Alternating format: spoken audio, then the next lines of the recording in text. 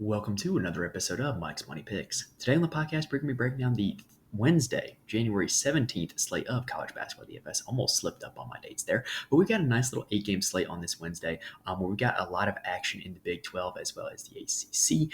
So we've got some pretty good games that we're going to break down here for you. We're going to go through game by game and give you a quick overview of what we expect each game to look like, as well as who you need to be targeting or not targeting in DFS for that particular game. So, should be a pretty quick rundown on the show today because the 8-game slate is actually slightly smaller than what we've been used to in the past. I do hope to be able to give you guys these episodes for the Thursday and Friday slates this week. I will be heading out of town Friday, though. More on that later in the week. But basically, I hope to give you the Thursday and Friday episodes on here. And reminder, if you ever want my thoughts on a slate that we don't have an episode for, join the Fantasy Corner Discord. I cannot recommend that enough. Link is in the description as well as on the audio feed. But basically, the Fantasy Corner Discord, we've got a lot of smart people in there talking a lot of DFS for a lot of different sports. The college basketball Discord has been popping. In the last few weeks, we have had a member of the Discord win the quarter jukebox, the dime time, as well as the high five in DraftKings college basketball. So, I'm not going to sit here and guarantee that we're just going to hand out winners, but, there's a lot of smart people that you can get ideas from, get their thoughts on it, and just kind of build a good sound strategy for the slate with a lot of people who have a lot of information, and I cannot recommend it enough. So if you see a slate that I don't have an episode for, like Saturday or Sunday, join the Fantasy Corner Discord if you want my thoughts on that. All right, so without further ado, let's go ahead and end the introduction there. Let's go ahead and take a look at the first game of this Wednesday night slate. All right, so the first game on the slate is a big one. We've got Mississippi State heading to Lexington to take on the Kentucky Wildcats. This one is one of the better game environments of the slate, in my opinion. It has the second highest total on the slate. KenPom has this one projected to be in favor of Kentucky 80 to 75. Both teams above 75 points. That immediately makes it a game to target. Now, this is a big-time tempo up game for Mississippi State. They currently rank 157th in the nation in tempo and 9th overall in defense, whereas Kentucky ranks 12th in the nation in tempo and 54th on defense. So this is a prime opportunity for Mississippi State to kind of outperform their usual expectations in terms of scoring and in terms of fantasy scoring, with this Kentucky attack being one that is going to play very fast and not super strong defensively. And if you watch the Texas A&M game, Kentucky really struggled on the glass. So I really think that the Mississippi State rebounders have a nice little edge in this one. Speaking of the Mississippi State rebounders, let's start by talking about Toulouse Smith. So Toulouse Smith was Mississippi State's best player last season. He was injured at the start of the season. He has only played 4 games. He has started the last 2. And in those 2 games, he has had a 42% and a 31% usage rate. And he has scored 30 and 33 fantasy points, which is easily 4x value from his current salary of $7,200. I think Toulouse Smith is an absolute smash play, especially considering the relative weakness of Kentucky's rebounding. Now, with Toulouse Smith coming back into the lineup, what you've seen is everybody else's usage rate has kind of dropped a little bit, except for Josh Hubbard. And a big reason why is because he comes off the bench and he is basically their instant offense gunner off the bench. He takes a lot of shots. He doesn't give you a whole lot else in fantasy besides scoring, but in a pace-up game where he's going to get plenty of shots and, you're probably looking at more potential rebounds and assists because there's going to be more possessions. I could totally see myself playing Josh Hubbard here on this Wednesday slate. Now, the other guy that I do want to mention, or 2 guys that I do want to mention, Shaquille Moore and Deshaun Davis are Mississippi State's starting backcourt. Their usage rates aren't the best. Their fantasy scoring generally isn't the absolute best, but, it's a pace-up spot. There's going to be a lot of possessions, and these 2 guys can get you some rebounds and assists as well as scoring. So I could totally see myself from this Mississippi State side playing Toulouse Smith along with either Hubbard, Moore, or Davis, kind of stack it up a little bit. Now, on the Kentucky side, look, I'm kind of done with their guards. Shepard, Reeves, Dillingham, Wagner, and Edwards, they all play. They're all good, but, they just kind of cancel each other out in terms of fantasy scoring, and you never really get, big-time ceiling games from them, or if you do, it kind of comes out of nowhere with no real rhyme or reason. Since conference play has started, you really haven't gotten a ceiling game out of any of them. Now, Rob Dillingham is the one of all the Kentucky guards that has the best usage numbers, has the best usage rate, shot rate, whatever. His rates are outstanding. Problem is he doesn't play a whole lot of minutes. This 24 minutes he played against Texas A&M represent the highest amount of minutes that he has played in conference play, so that significantly limits his ceiling. If you told me right now that Rob Dillingham was going to play 30 minutes, I would lock him into every lineup, but I just don't think you can. So the guy that I like playing from this Kentucky side is Trey Mitchell. So if somebody tells you that Trey Mitchell is going to be guarded by Toulouse Smith tomorrow, I don't think that is going to be accurate. What Kentucky has done is, since they've gotten Bradshaw and Onyeso back from injury, is they have played Trey Mitchell almost exclusively at the power forward spot, which should be hugely beneficial for him because he doesn't have to go up against Toulouse Smith.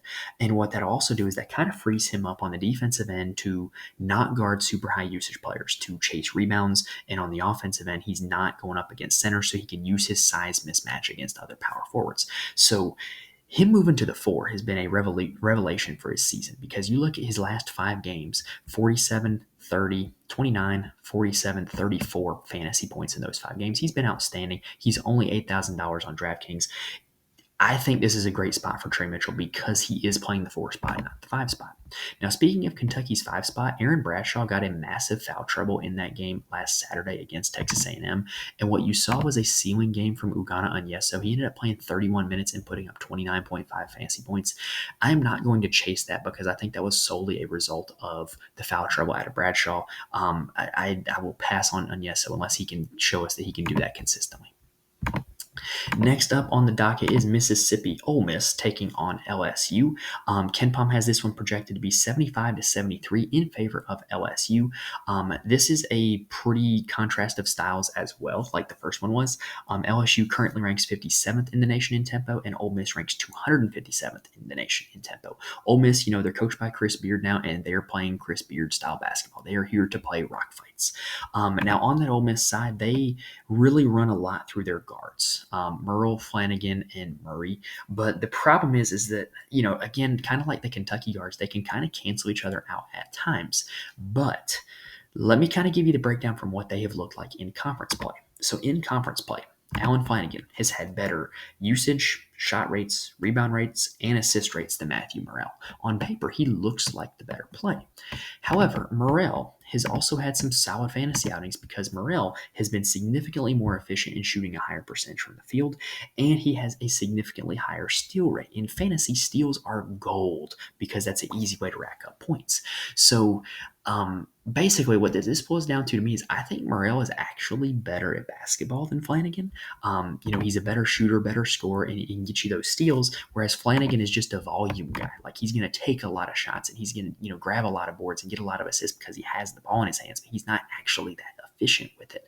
And I think it boils down to, like, Alan Flanagan was a role player at Auburn last year. He's not used to being the guy. He's not really built to be that guy. So I think as the season progresses, I think you are going to see a little more production out of Merle than out of Flanagan. But again, in a 1-game sample size, it wouldn't shock me to see Flanagan outscoring. Now, for the rest of Ole Miss, Brakefield is capable of having a ceiling game, but the problem is with Brakefield is his ceiling games tend to come against teams that play very small or very up-tempo, or where Ole Miss just decides we're going to play Brakefield at the 5. I don't see any of that happening against LSU. LSU is an up-tempo team, but they do play pretty big. They play 2 true bigs, so I don't necessarily think this is the best spot for that Brakefield ceiling game.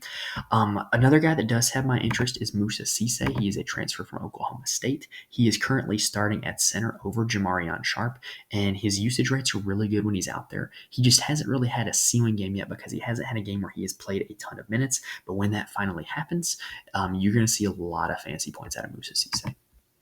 Now, on the LSU side, they are pretty tough to figure out because they play a 9-man rotation right now. 9 guys since the start of conference play have averaged 13 minutes or more per game for these LSU Tigers.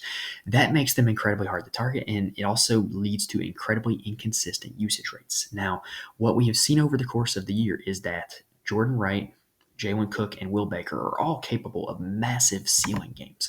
Wright is kind of a bigger guard that tends to do his work when a team starts 2 smaller guards and he kind of just has a size mismatch. Don't really see that being the case here. Jalen Cook, was a point guard at Tulane last year that put up numbers like crazy. I could see him having a big time performance in this one if he ever gets his assist rates back to being where they were when he was at Tulane or like at the start of the season, but he has 4 total assists at the start of conference play. And then Will Baker is kind of their big that is just boom or bust. I love playing Will Baker in GPPs, though, because he will give you those boom performances every now and then, but you never really know what you're going to get with Will Baker. That's just the full disclaimer. Now, after that, Trey Hannibal and Tyrrell Ward, or I guess Tyrell Ward, I pronounced it like Tyrrell Hatton, the golfer. But Trey Hannibal is capable of a ceiling game as well. He had 28 in the last game against Auburn, and that was a game that LSU did not play particularly well. So Hannibal would be a value play that I don't think is a bad option, as well as Ward. Ward plays a lot of minutes off the bench. He hasn't really had a ceiling game in a while, but he's only $3,900. He doesn't have to give you a whole lot to produce. Game number 3 on the docket is going to be Creighton taking on UConn. Now, this one is one of the worst game environments on the slate, even though it is one of the best basketball games on the slate. KenPom has this one projected to be UConn 74-69. Creighton, what we know about them is that they only play 6 guys pretty much. They're going to start Shireman, Kalkbrenner, Alexander, Ashworth, and Miller. Farabello is going to play a significant amount off the bench, and that's pretty much all they play. But the problem is even when those are all the guys you play, if it's against a good defensive team who is going to slow the game down and not give you a lot of possessions, it makes it really tough to play these guys, especially when they're priced up as expensive as they are. Baylor Shireman is the one who is seeing his usage increase the most in recent weeks, especially once we've started conference play. He's had 5 straight games of 32 or more fantasy points. Actually, make that 9 straight games of 32 or more fantasy points. 5 in conference play, 9 total.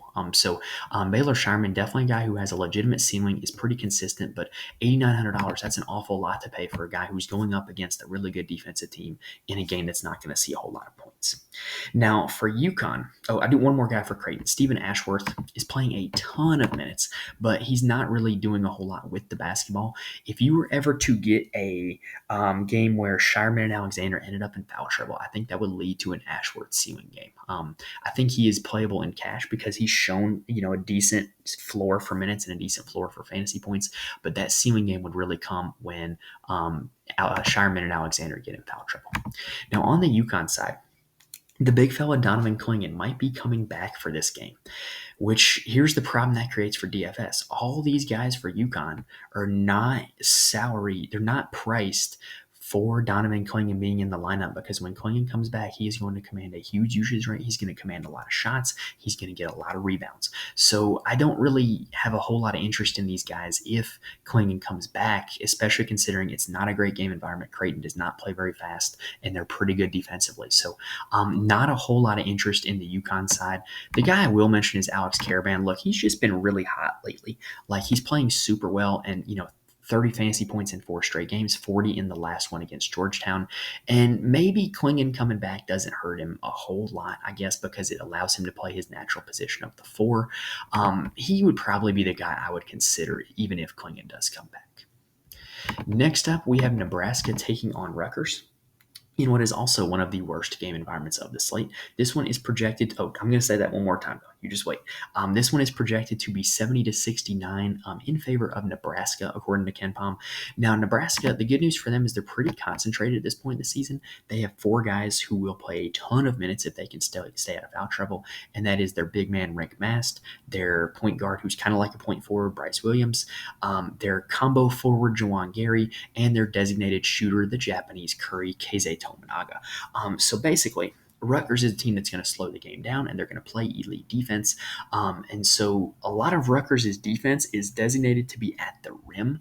So I don't think that really bodes well for Mast or Bryce Williams, who do a lot of their work at the rim. I think it would not surprise me if you saw a Keize Tominaga ceiling game, just because I think that when you play Rutgers, you're going to have to take more perimeter jump shots because it is so hard to get to the rim against them when you've got Big Cliff and you've got Mawat Mag and you've got Andre Hyatt out there. It's just really tough to get to the rim against them. So Keize Tominaga is a guy that's on my radar, but probably not a guy I'm playing a whole lot because I think you can avoid this game altogether.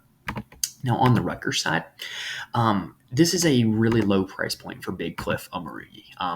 He hasn't been great lately.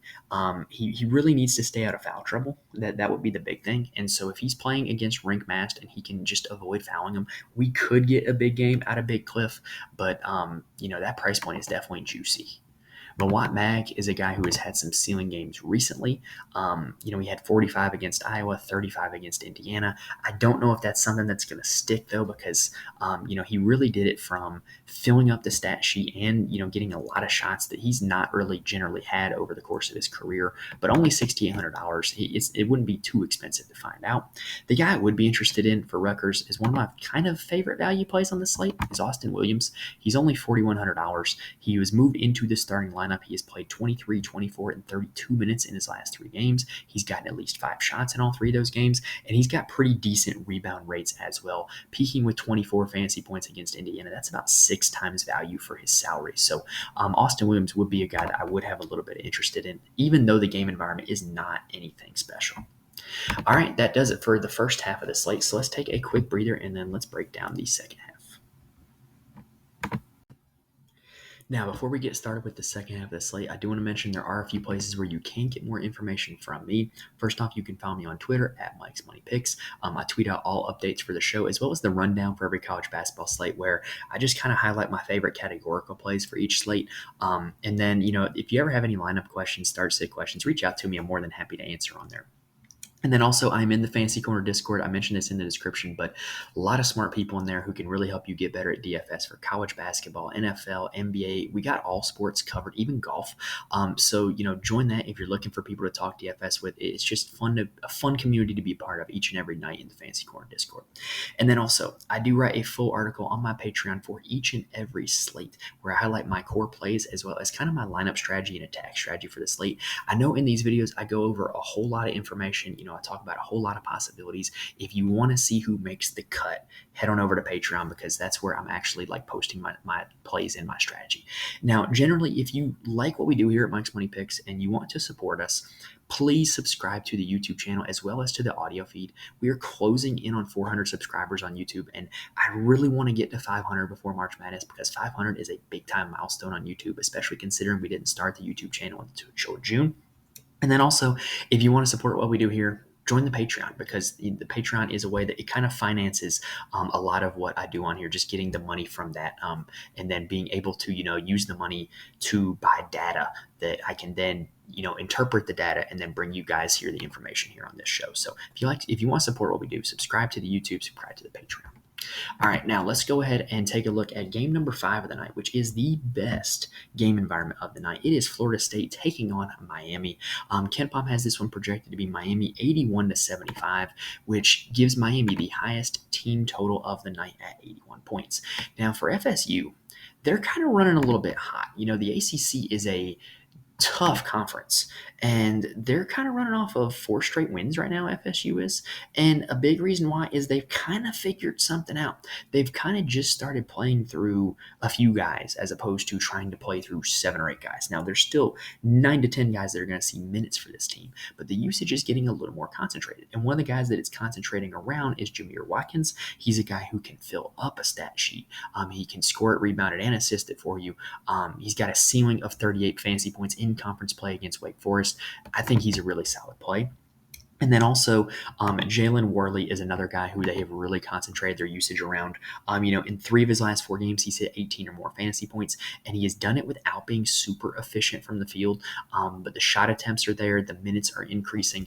He's a guy who I think is trending upward. He's one of my favorite value guards of the slate in a great game environment.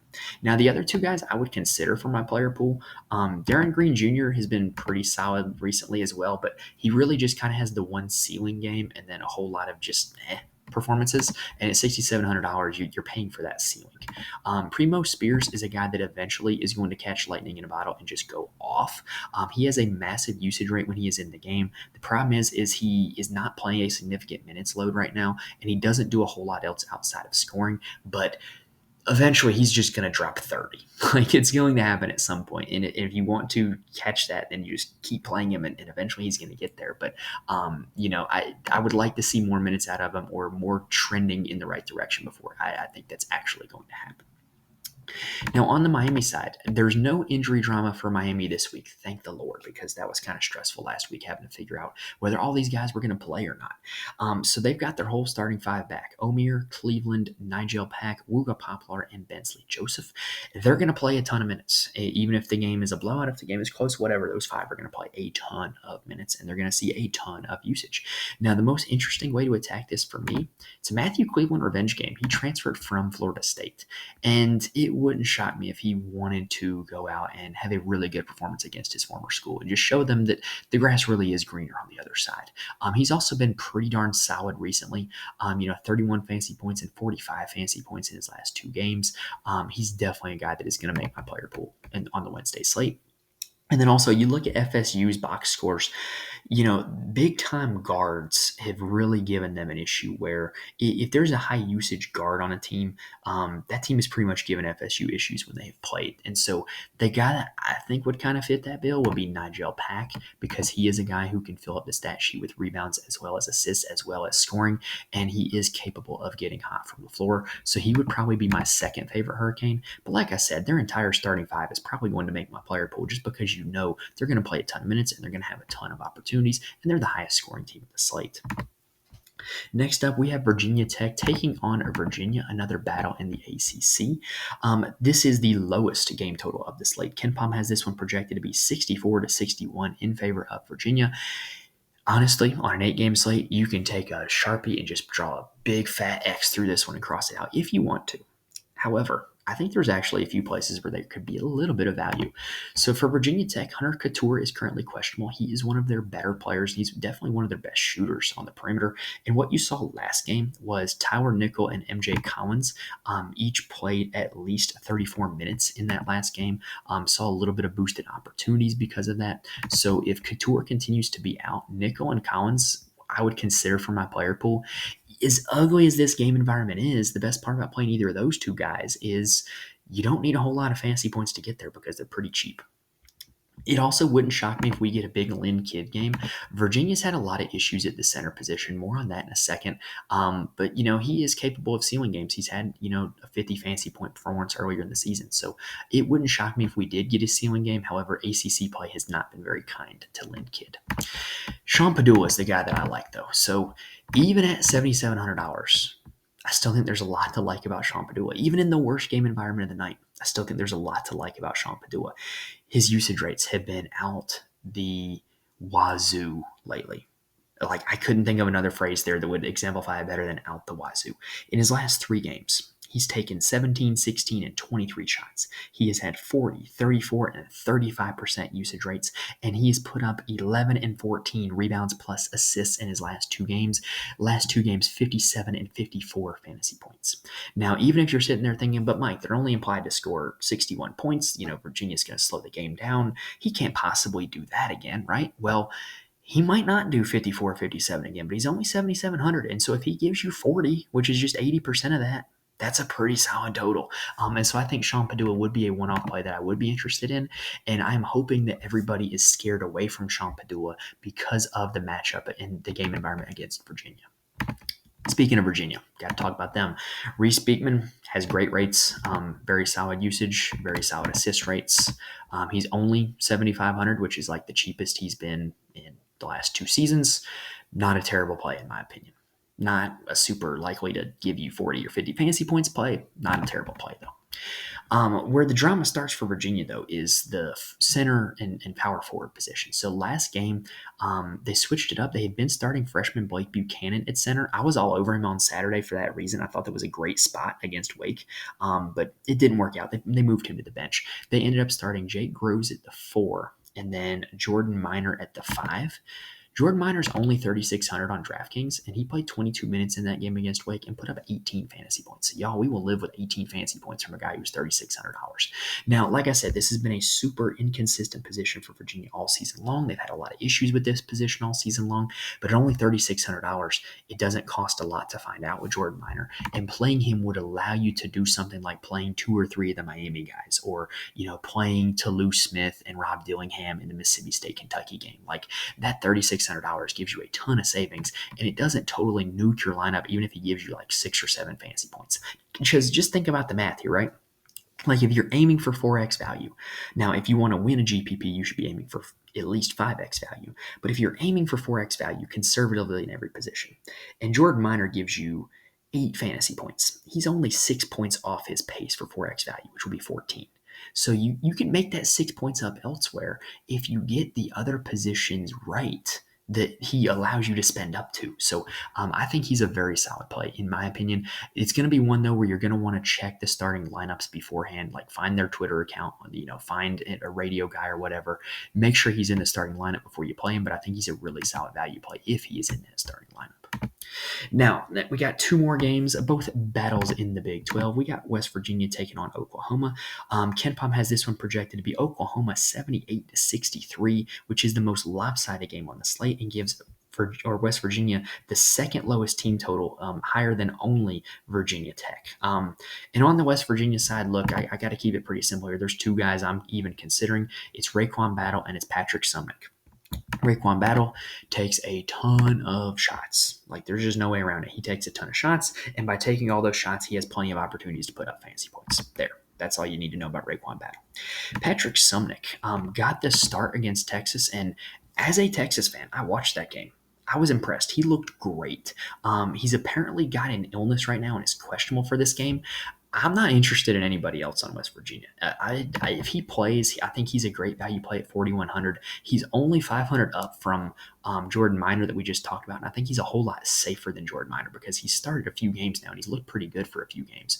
So if he does in fact end up playing, then I think he's a super intriguing piece. However, you do have to wait till 8 p.m. to know if he's playing or not because this is the latest tip of the slate. On the Oklahoma side, look, they're a tough team to figure out. They really are. They play a lot of guys. They kind of have like guys that split minutes like Godwin and Hughley. But I think that the guy I like on this side is J.V. McCollum. He has seen his usage increase in conference play, and he's kind of been their guy when it got to conference play. And at $7,400, you need at least 30 fantasy points out of him to hit value, and he's done that in 3 of his last 5. So I don't think that's a terrible spot for J.V. McCollum. Uzan is a guy who can fill up the stat sheet with rebounds and assists for you, and if this turns into a game where Oklahoma ends up scoring like 80 points, he's probably going to be a big reason why, and I think he's probably the most stackable piece on this Oklahoma side.